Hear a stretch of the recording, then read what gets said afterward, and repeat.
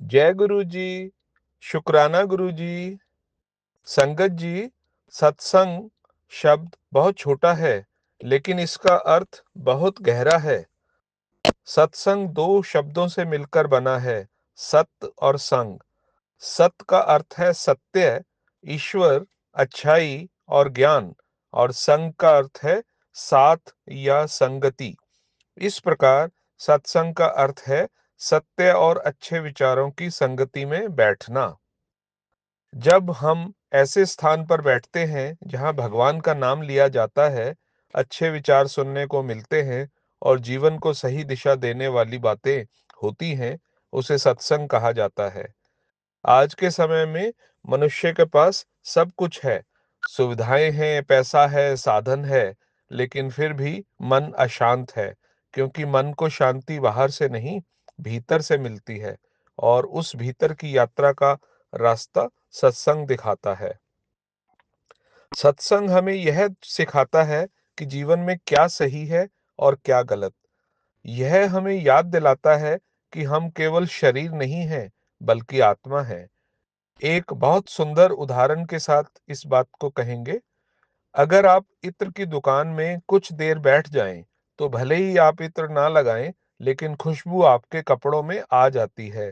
ठीक उसी तरह अगर आप सत्संग में बैठते हैं, तो धीरे धीरे अच्छे विचार, धैर्य और शांति आपके जीवन में आने लगते हैं।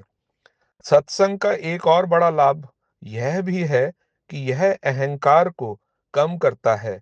जब इंसान दुनिया में रहता है, तो उसे लगता है कि सब कुछ मैं कर रहा हूँ, सब कुछ मेरे कारण हो रहा है।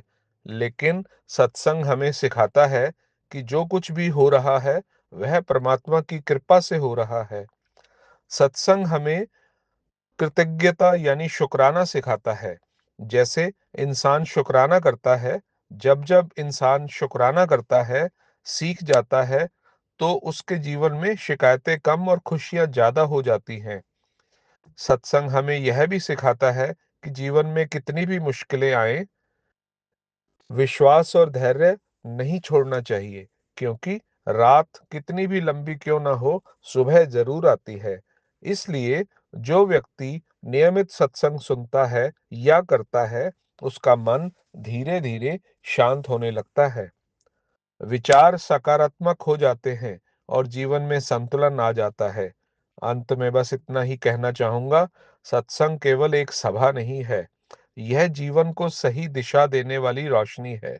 जो व्यक्ति सत्संग से जुड़ जाता है, वह धीरे धीरे अपने भीतर के सत्य से जुड़ जाता है। इसलिए जीवन में समय जरूर निकालिए, सत्संग के लिए, सत्य के लिए और अपने भीतर की शांति के लिए। जय गुरु जी, शुक्राना गुरु जी।